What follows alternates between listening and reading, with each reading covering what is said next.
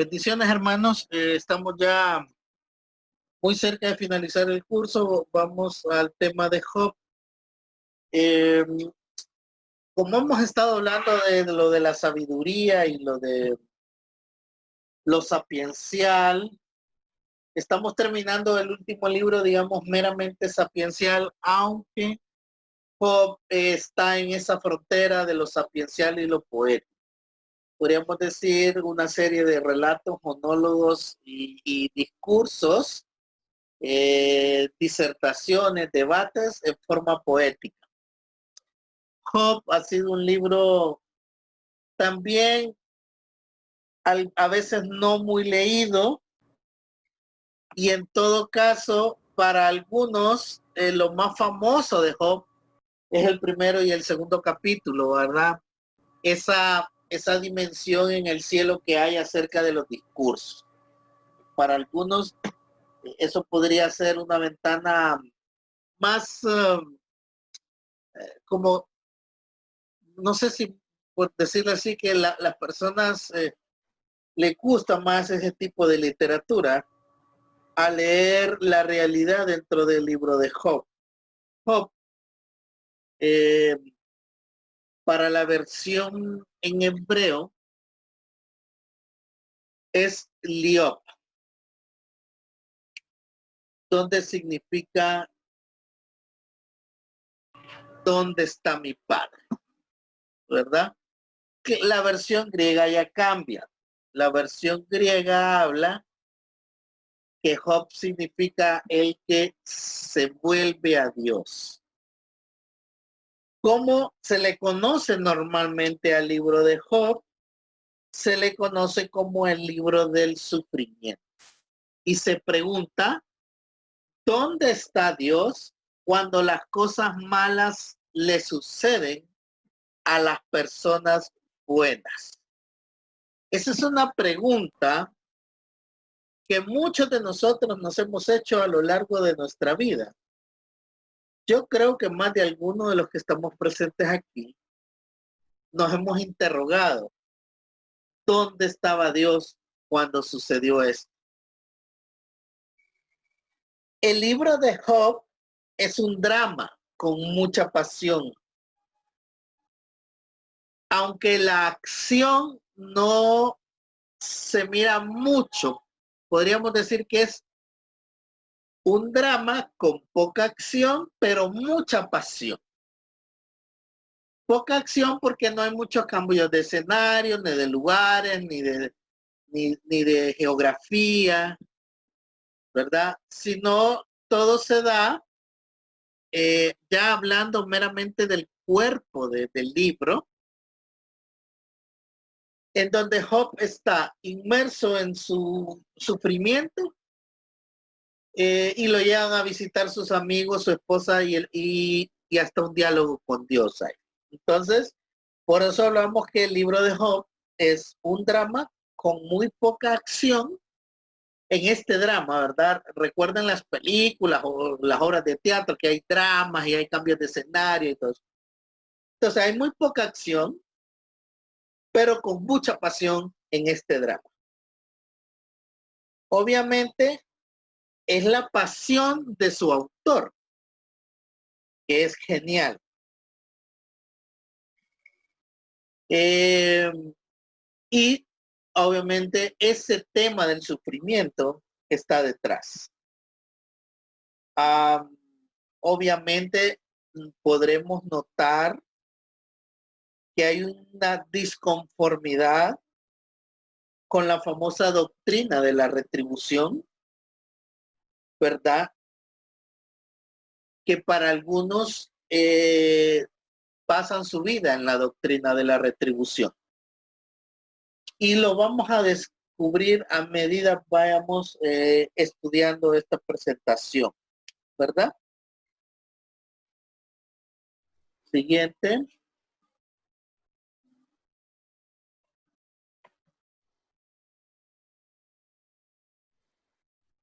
Cuando hablamos del autor, la verdad que no hay mucho consenso con esto de quién es el autor. aún dentro de la misma tradición rabínica, los que al final compilan el Antiguo Testamento no establecen por qué Job, cuando fue escrito. De hecho, la tradición misma desconoce la fecha en que se escribió el libro, porque aunque Job lo establecen en la época patriarcal, aún así no podríamos señalarla exactamente cuándo fue escrito. Recuerden, más o menos la época patriarcal oscila entre los 2100 a 1800 antes de Jesús. Imagínense entre el capítulo 12 de Génesis y el primer capítulo del Éxodo. Entonces, hay una serie de años en donde se podría establecer. Entonces, la tradición habla de que posiblemente fue ahí, pero la crítica no, la crítica le da otra fecha. Ahora, cuando hablamos del estilo, el estilo de Job, estamos hablando de que es una poesía hebrea en forma dramática y considerado uno de los libros o el libro más dramático dentro del Antiguo Testamento, su obra. De hecho, llamado el gran libro del mundo, por su forma en cómo está, por su drama. Bien, para la crítica, ya hablando del autor, también es desconocido, al igual que la tradición, desconoce realmente quién pudo haber sido el autor de este libro, en donde el nombre es por su protagonista, no necesariamente por su autor, ¿verdad?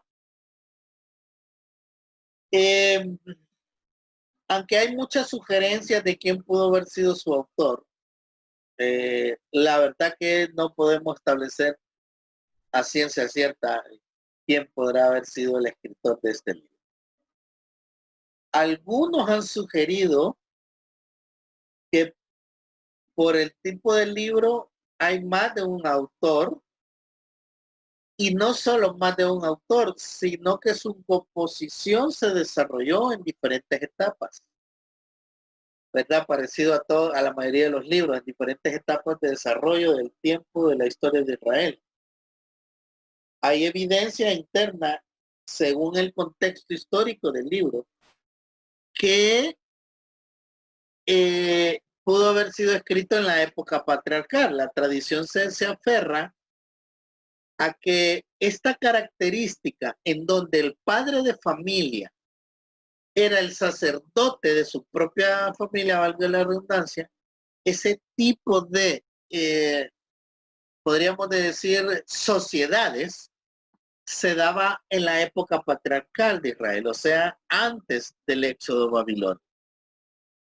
Por eso la tradición se agarra de ahí y manifiesta que posiblemente este escrito tuvo que haber sido redactado entre el segundo milenio entre los siglos 20, 21 y 19 antes de Jesús, ¿verdad?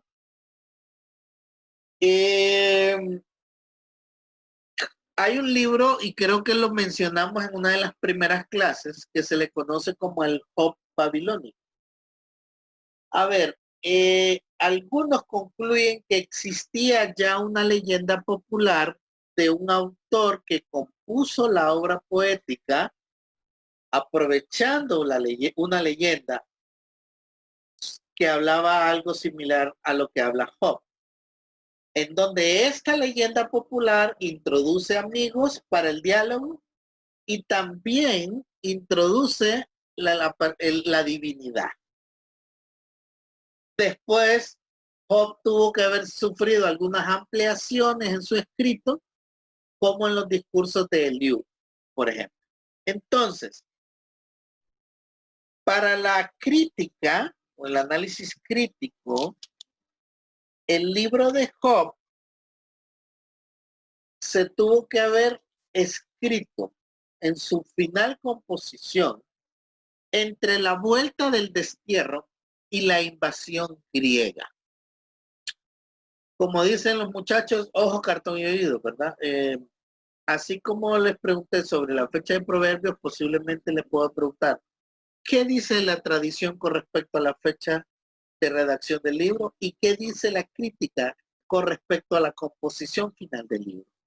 Repito, para la crítica, la composición final del libro ocurre entre la vuelta del exilio babilónico, año 535, y la invasión griega al imperio persa, que ocurre allá por el año 333 antes de Jesús. Estamos hablando entre el siglo IV y el siglo II, ¿verdad? Perdón, siglo V y siglo III. Bien, eso es lo que dicen los críticos con respecto a la redacción, la fecha y todo eso. No nos vamos a detener mucho en eso. Quiero que observemos algunos elementos en el libro.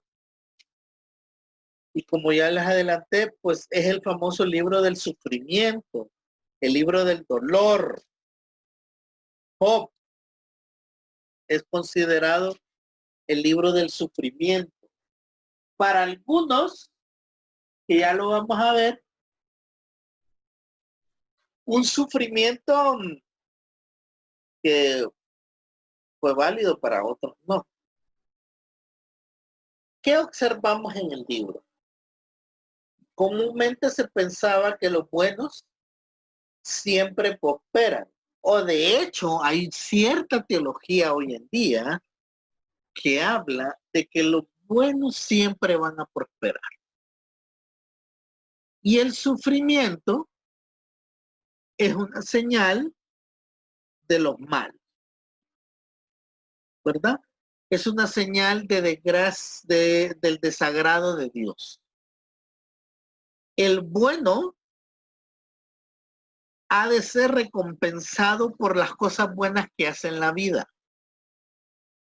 Mientras que los malos tienen que ser castigados por las cosas que hacen.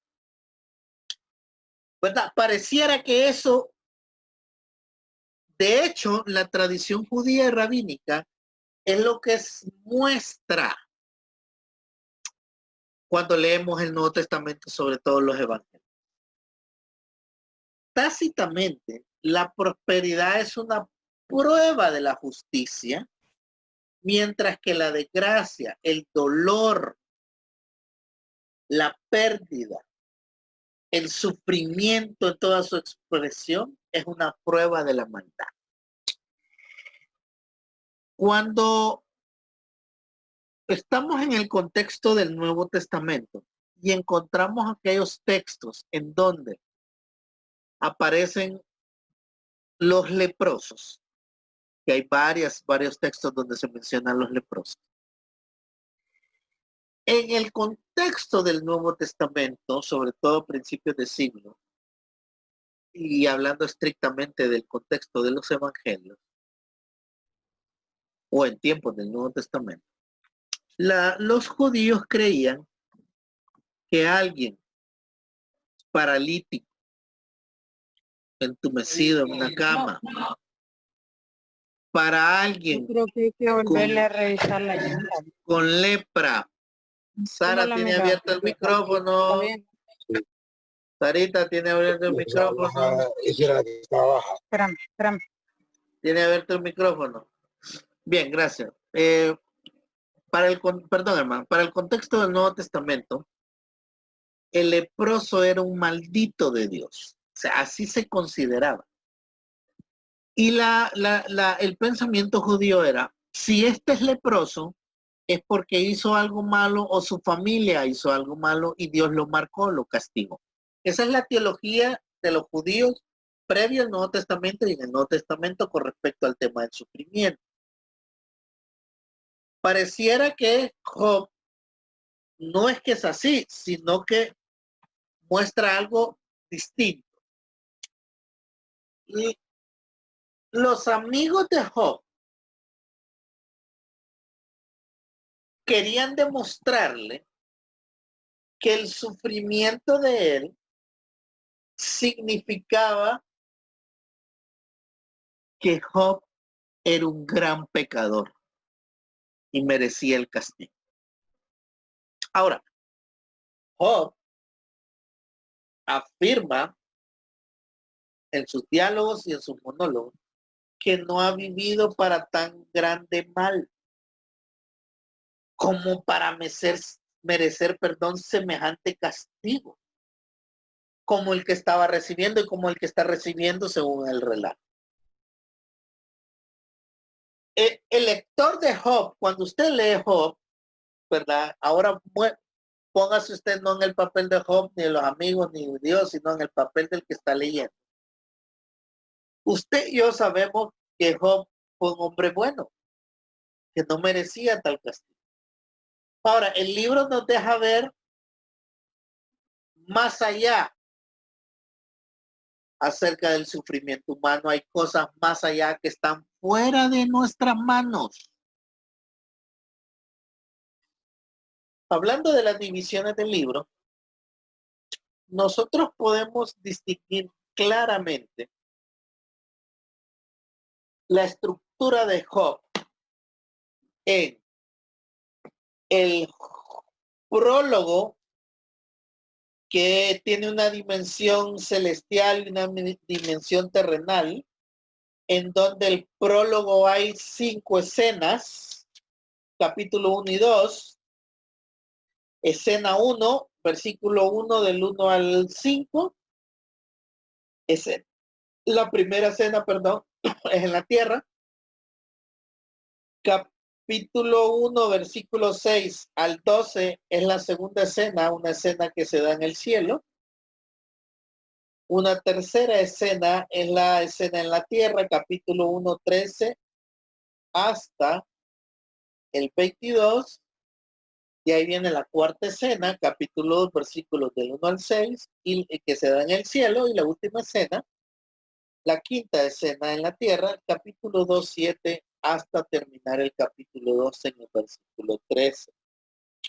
A partir de ahí, inicia el capítulo 3 con una serie de monólogos, discursos de Job, sus amigos, Job, su esposa, Job solo y Job con Dios. Ya en el capítulo 38 aparece Dios y sus respuestas a Job, y el libro termina con el capítulo 42, el epílogo a partir del 7, en donde aparece la bendición. Arrepentimiento de la bendición.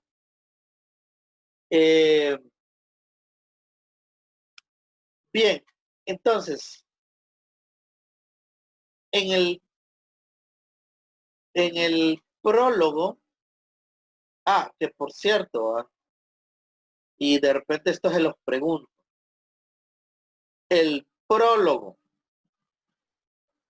está escrito en prosa, una prosa narrativa, pero obviamente con lenguaje figurado.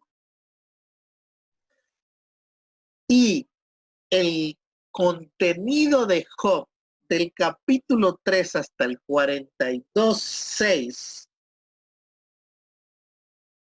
obviamente es poesía, sabiduría, en forma de monólogos y en forma de debates y discursos, ¿verdad? Entonces, también hay prosa en el epílogo, capítulo 42, versículos del 7 al 17. Ojo, una cosa es la prosa y otra cosa es la poesía. Job está en poesía. Los monólogos, los discursos, los debates del 3 al 42, 6 es poesía. Pero el prólogo es narrativa, está en prosa. Ahí aparecen los protagonistas de la trama, esa trama que se da en 2 dimensiones, en la tierra y en el cielo. Satanás se presenta ante Dios y Satanás ataca con todo a Job. y después aparecen ya los monólogos en donde Job es juzgado primero por sus amigos. Del capítulo 3 al 37 lo que encontramos es a Elifaz acusando a Job 3 veces. De ahí a Bildad también acusándolo 3 veces. Aparece Sofar que lo acusa 2 veces. Y para la tradición crítica el añadido de Eliú y los que censura Job. Seguido, en el 38 aparece la respuesta de Dios. ¿Verdad? La respuesta de Dios que se da en el 32, podríamos decir del 32, del 32 todavía encontramos a los mismos Job, pero el 38 al 41 la respuesta de Dios y el 42 arrepentimiento y bendición de Job. Que todavía esa respuesta de Dios agarra los primeros 6 versículos del 40. Propiamente el cuerpo del libro, del 3 al 42.6, inicia con el lamento de Job por su desgracia y los famosos 3 ciclos de diálogo con sus amigos del 4 al 27. Aparece un capítulo que es considerado el poema de la sabiduría, un capítulo que mucha gente lo ha estudiado y la verdad que para su tiempo, por eso algunos dicen que este tipo de sabiduría tuvo que haber sido más temprana que en la época patriarcal, porque si usted lee el capítulo 28 de Job, wow, es todo un poema a la sabiduría, todo un poema a la sabiduría. Es un clásico, el capítulo 28 de Job. Mucha gente lo ha estudiado, como repito. De ahí, el último discurso de Job, del 32 al 37 aparece un monólogo de Eliú y entra Yahvé, donde habla desde la tempestad, capítulo 38 hasta el 42. Como les mencioné, las 3 partes del libro son el prólogo, el cuerpo y el epílogo. El prólogo de carácter narrativo, el relato cuenta cómo Job vivía feliz, siendo fiel servidor de Dios y poseyendo riquezas. Aquí aparece Dios que le permite a Satanás le tiente para probar su fidelidad. Y todo lo soporta Job con paciencia, sin maldecir a Dios. Eso en los primeros 2 capítulos, ¿verdad? Que son de carácter narrativo.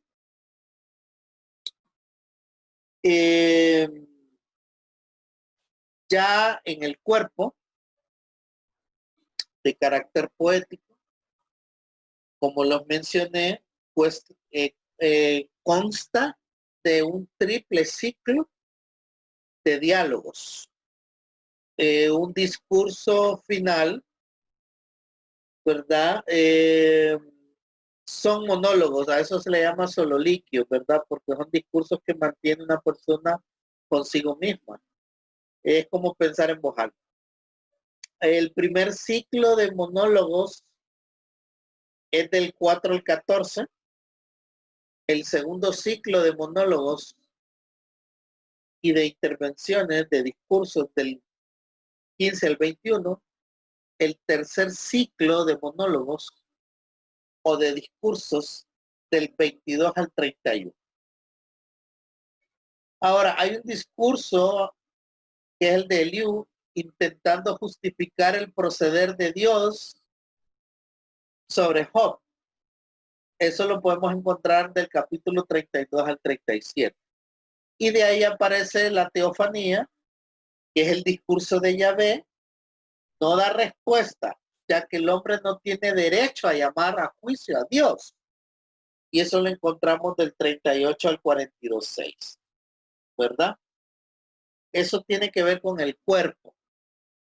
Y por último está el epílogo, que también está en prosa, los últimos 10 versículos de Job, en donde Dios censura a los amigos de Job y a este le devuelve todos sus bienes aún con abundancia o con mayor abundancia. Surgen algunas preguntas sobre el libro. Y aquí es donde vamos a hablar de la teología detrás de Job, ¿verdad? ¿Por qué le suceden cosas malas a las personas buenas? Ahora, es una pregunta que en sí, hermanos, no tiene respuesta, ¿verdad? Aunque para la tradición judía sí tenía una respuesta, porque la respuesta era que a esta persona buena le suceden cosas malas, realmente no era porque era buena, sino porque había había pecado o algo similar. Sobre todo, si estas cosas, hermanos, pregúntense, nos ocurren a nosotros, que nos hemos considerado de alguna manera buenos. Esta es la incógnita detrás del libro, hermano. ¿Por qué le suceden cosas malas a las cosas buenas? Alguien podría decir, bueno, es que Dios quería probar a Job, o Satanás quería rivalizar con Dios, etcétera. ¿Por qué un Dios bueno? Y la otra pregunta que resurge, y todopoderoso, permite la existencia del mal? También es otra pregunta que nos hemos hecho durante toda la vida. Cuando el mal le sucede a otras personas, esto es un asunto académico, decimos, porque nos enseña algunas cosas. Pero cuando nos golpea a nosotros en la cara el asunto de que nos suceden cosas malas, entonces ahí sí se vuelve importante, fíjese. Y hasta nos quejamos. Job fue golpeado brutalmente, o sea, lo que le pasó a Job es duro.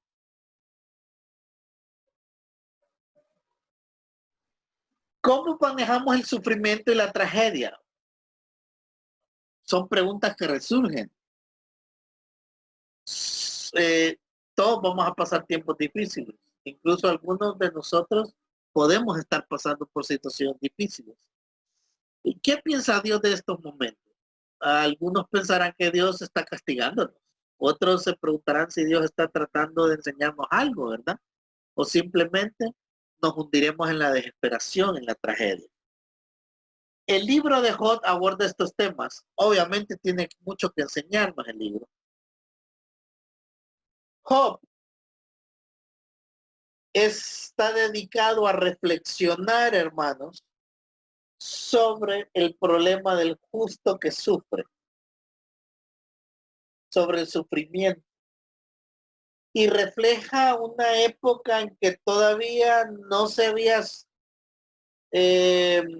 iluminado, por ejemplo, ciertos misterios como la muerte o la retribución. Si Job es un libro de la era patriarcal, entonces aparece como un antiguo patriarca que vive fuera de Palestina, ¿verdad? El libro concluye en que no siempre, oiga bien, el sufrimiento no es siempre consecuencia del pecado. Debido a la introducción, ya puede ser de Satanás o del mal, aquel que permanece fiel a la prueba de Dios, ¿verdad? A la prueba de Dios que lo permite. Pero aunque Job es un final feliz, no siempre en la vida tampoco el final es feliz, como demuestran inclusive las argumentaciones de Job. Eso es un problema. El epílogo deja abierto este problema. Ahora, y aquí viene lo que detrás de lo del libro. Detrás del libro. El tema central de Job no es necesariamente el problema del mal ni del sufrimiento del hombre justo o inocente, y mucho menos la paciencia de Job. El que escribe este libro, este drama apasionante, discute la propia concepción que se tenía en la época de la religión.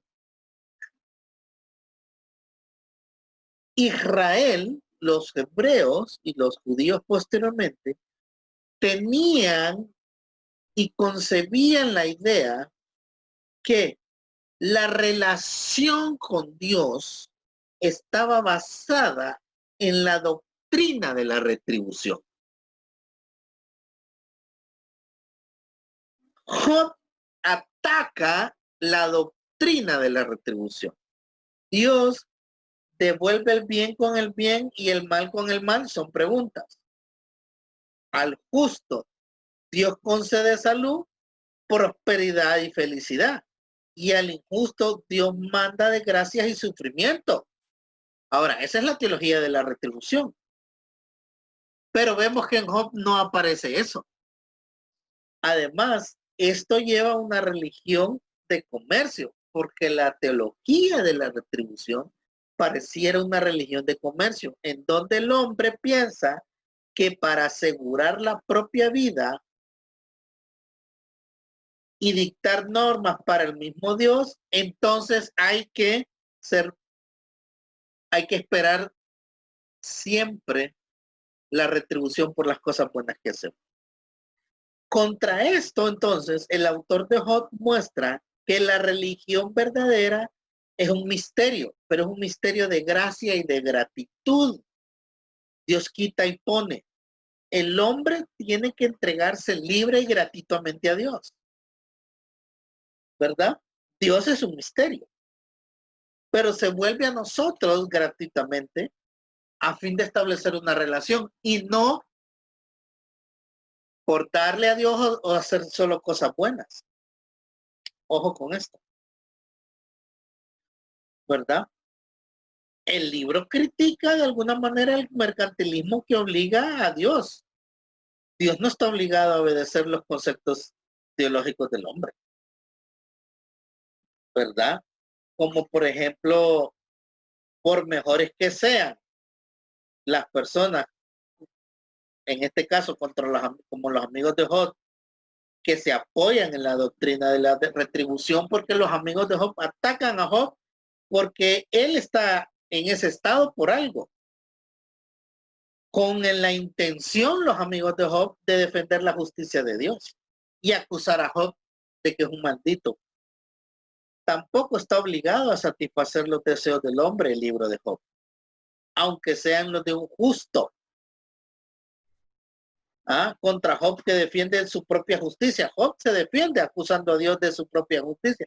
Le dice que Dios es injusto. Ahora, Dios sigue siendo un misterio, pero es el misterio del amor y de la vida. El autor quiere que el hombre se libere de la prisión de las ideas hechas, que para vivir la vida real llena de experiencias nuevas, o sea que nosotros estando en bonanza es que vivimos una vida libre. No, Dios está presente. Y si queremos vivir esta vida llena y real, nosotros tenemos que aceptar la voluntad de Dios tal y como se presenta. Eso no significa que no podemos cuestionar inclusive a Dios.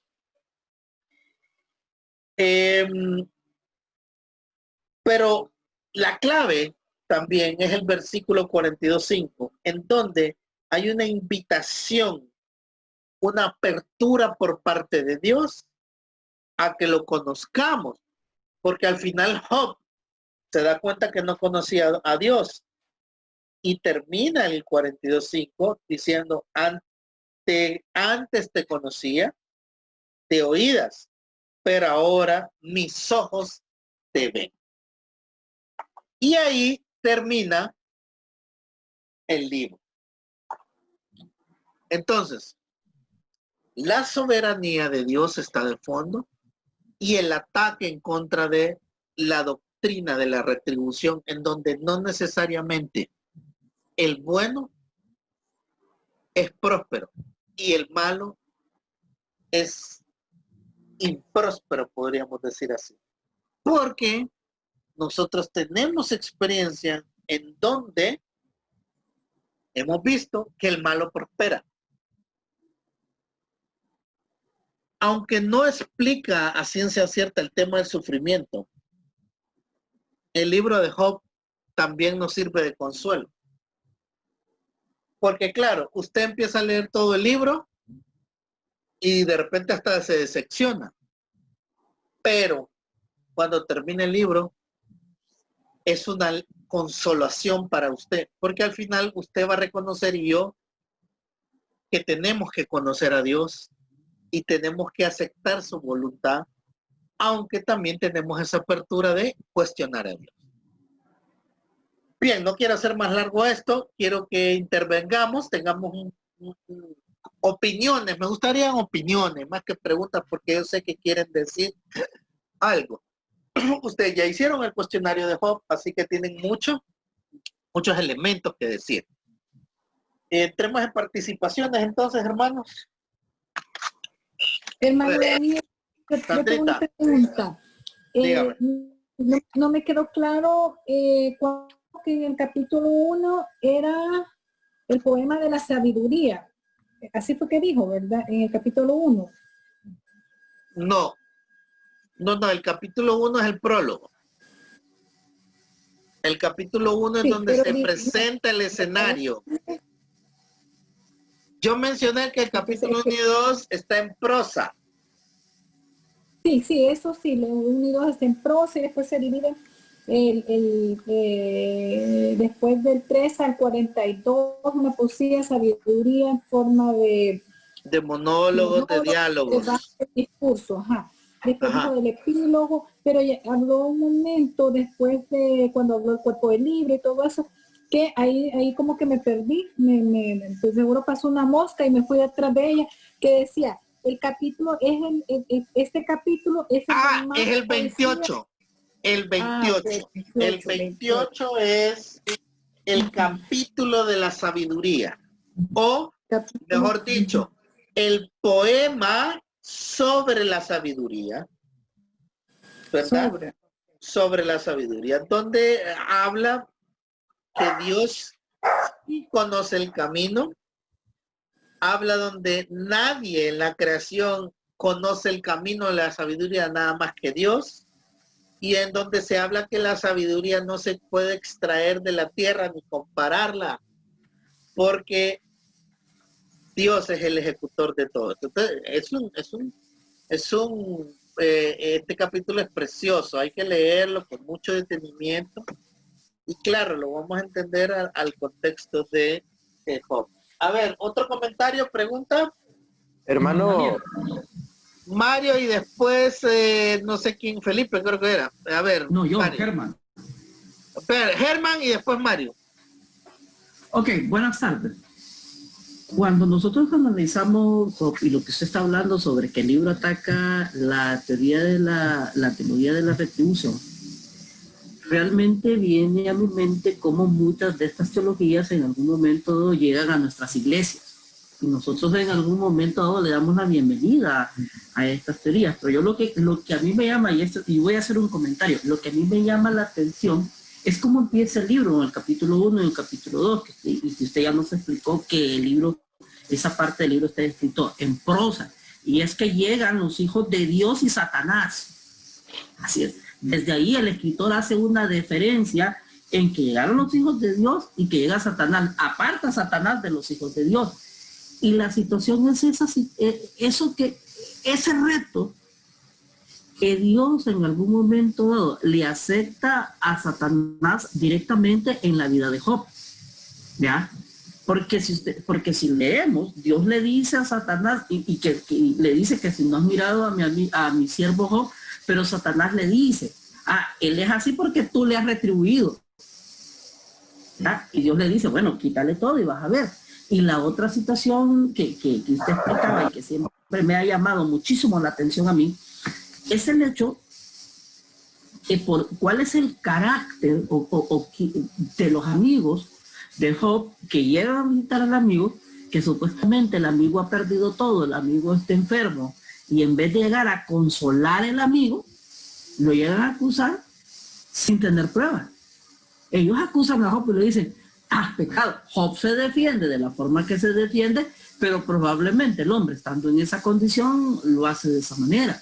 Y lo hacen lo hacen 2 veces. Entonces, ¿cómo realmente, como decía usted, en algún momento dado, se deja ver que Job es parte de lo cotidiano de uno, de cosas que uno puede, digamos, estar en un sufrimiento, pasar por algunas cosas que en algún momento dado la gente solo sabe decir, está en pecado, ¿ya? Y muchas veces en nuestras iglesias somos muy dados a decirle a la gente, te pasa eso porque estás en pecado, y no sabemos la realidad de la vida de la persona. Es interesante lo que usted acaba de explicar en esta primera parte. Gracias. Ya voy a decir algo con respecto a los capítulos unidos, pero creo que teníamos otra intervención, otra participación. Sí, hermano. Diga, Mario. Puedo hablar ahorita, ¿verdad? Dele. Es que cuando usted estaba en la parte de la clase acerca de por qué a los justos les sucede esto, ¿se acuerda, verdad? Sí, son preguntas. Son preguntas. Bueno, yo siempre he conectado esta cuestión de Job con la historia de Lázaro. O sea, no es mi respuesta a Job. Claro. Pero imagínese que en la historia de Lázaro, Marta y María, a Jesús le van a decir, mira, el que tú amas, dice, el que tú amas está enfermo. Y dice en el mismo contexto, dice que Jesús amaba a Marta, María y a Lázaro. O sea, los amaba. Pero sin embargo, llega la tragedia a la familia. Entonces, yo siempre he hecho no una comparación, pero me gusta entrelazar Job con la historia de Lázaro, porque esta familia era amada por Jesús, y la Biblia lo dice ahí, que Jesús amaba a los 3. Y yo no he vuelto a escuchar que amaba a otra gente como a esta familia. Pero llega la tragedia, pues. Y a Jesús le dicen, mira, el que tú amas está enfermo. Y lo sorprendente de todo, hermano Daniel, es que Jesús se quedó 2 días más. Tranquilo, ahí va. Pues qué bonito, se quedó 2 días más. Entonces.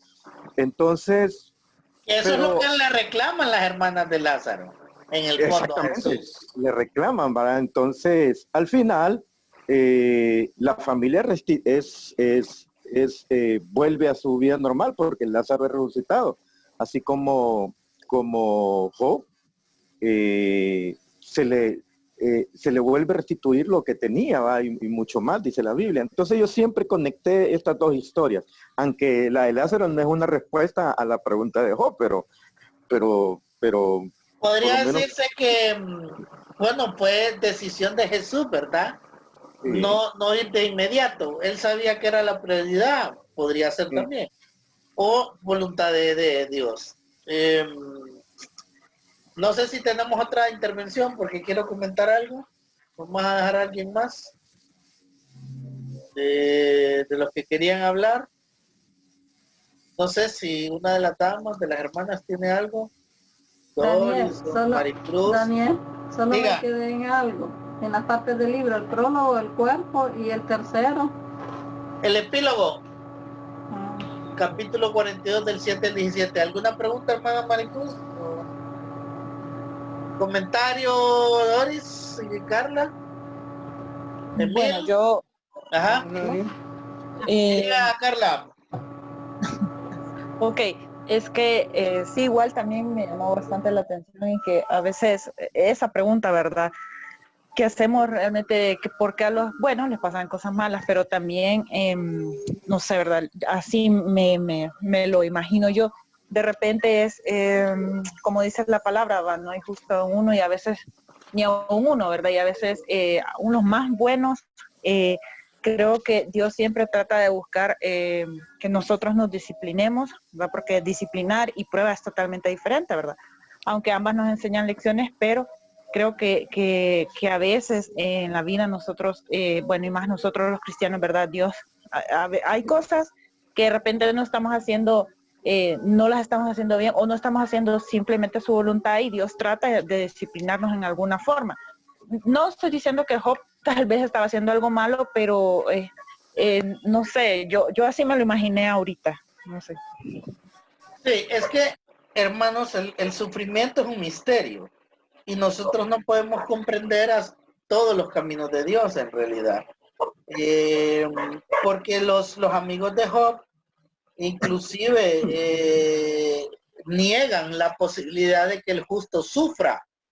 Pero hermanos, la vida no es así. La vida en real es que todos sufrimos, independientemente si somos buenos y malos. Bueno, si cae lluvia sobre buenos y malos. Eso iba a mencionar yo, Daniel, que yo apoyo eso con lo que dice la Biblia. Dice que Dios hace llover sobre justos. Correcto.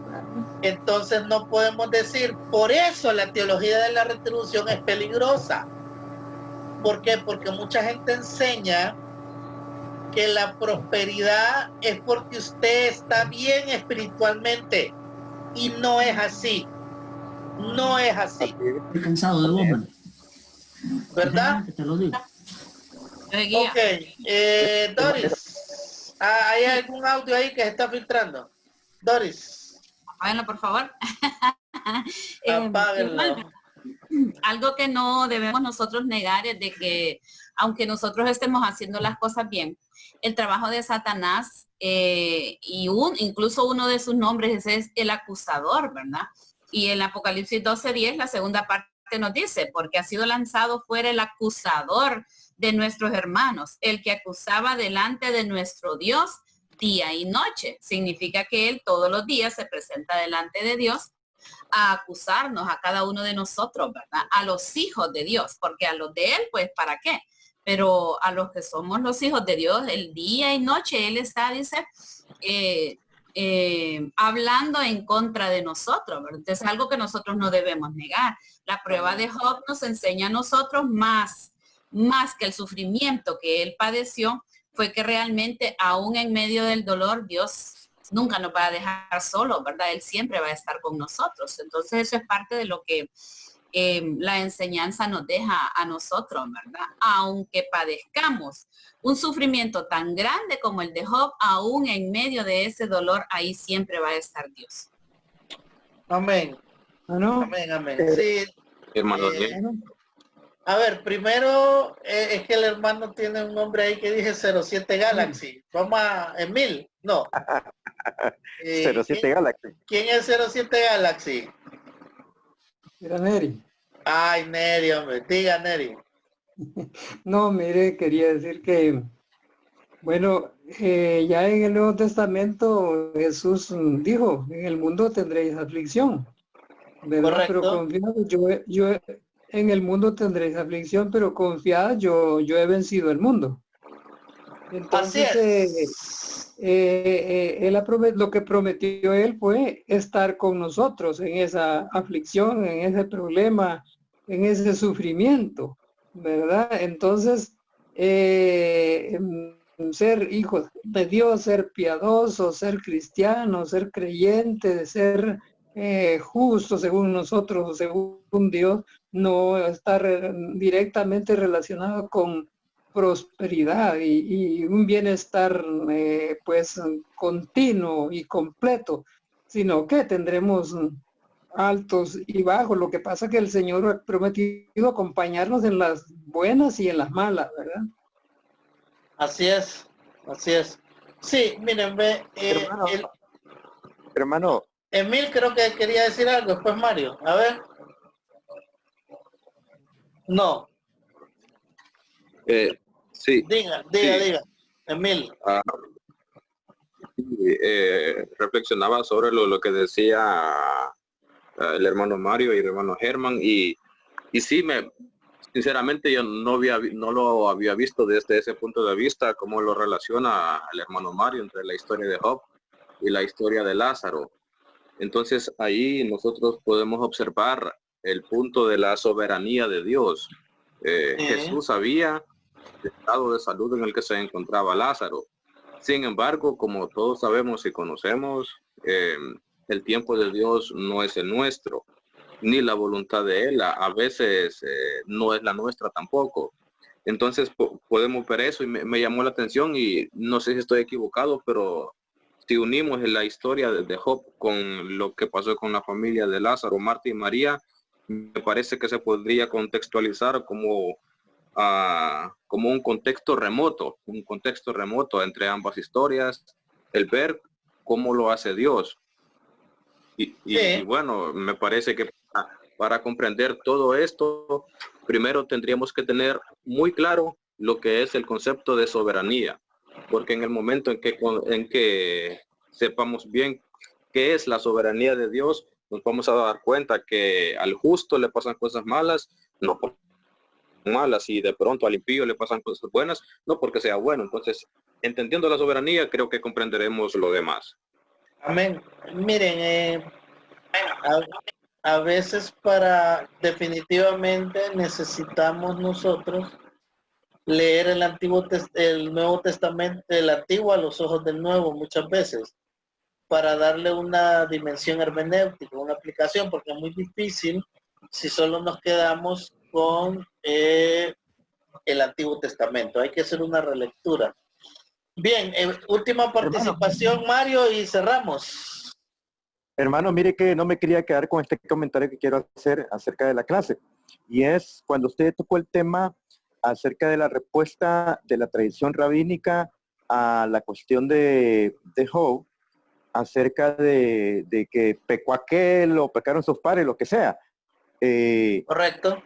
Entonces se me vino aquel pasaje en la cual los discípulos le dicen a Jesús, bueno, Señor, ¿quién pecó? ¿Estos sus padres para que haya nacido todo chueco este? Correcto. Y entonces Jesús le dice, no, ni esto ni lo otro, esto es para que se manifieste la gloria de Dios. Ese sería una apreciación mía acerca de eso. Que en medio del sufrimiento del justo justificado por la sangre de Cristo, Dios tiene un propósito, porque el amor de Dios es más grande que nuestro propio amor. Entonces, me parece algo interesante. Y lo otro, Pablo dijo que era necesario pasar por tribulaciones antes de entrar al reino de los cielos. Y el apóstol Pablo, que es el arquitecto y perito de la fe y todo eso, el hombre no tuvo un final feliz, hermano, según la tradición histórica. Lo leñatearon, lo macanearon, vivió una vida difícil el apóstol Pablo, y fue el perito y arquitecto, ¿verdad? Y la historia dice de que murió en situaciones no buenas, ¿verdad? Entonces, sí, la vida no es como la pintan, ¿verdad? La vida no es como la pintan. Y sí, efectivamente, no nos alejamos de nuestra propia realidad, ¿verdad? Ahí la vida es otra. Y obviamente el tema de la soberanía de Dios está muy por encima de todo lo que hace el libro. Hermano, cuando yo mencioné ese pasaje de Jesús que dice, ¿quién pecaron, este o sus padres? Yo estaba entendiendo ahorita que es una cuestión que hay que verla desde el Antiguo y el Nuevo, porque mire, yo escuché una predicación la vez pasada cuando tocaron ese tema, ¿quiénes pecaron, sus padres o para que haya nacido? El predicador empezó a hablar de que nosotros posiblemente pecamos antes de nacer. Entonces dije yo, bueno, ¿y aquí qué está pasando? ¿Va?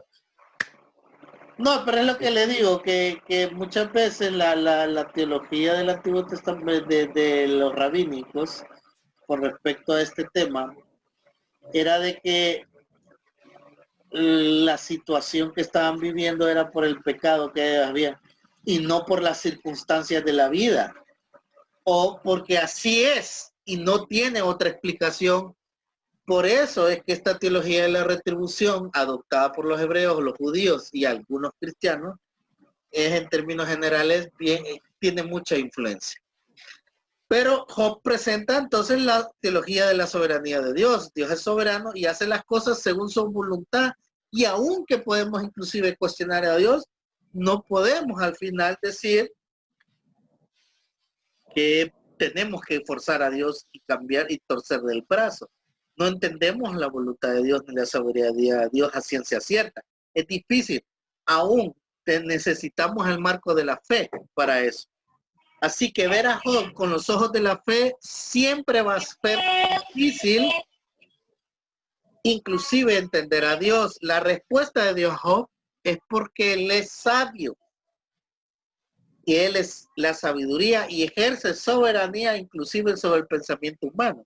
Entender la sabiduría de Dios también es incomprensible para nosotros. El tema del sufrimiento es presente en el libro, aunque no explica todo con respecto al sufrimiento. Bien, aquí nos vamos a quedar por la clase de hoy. Nos vamos a encontrar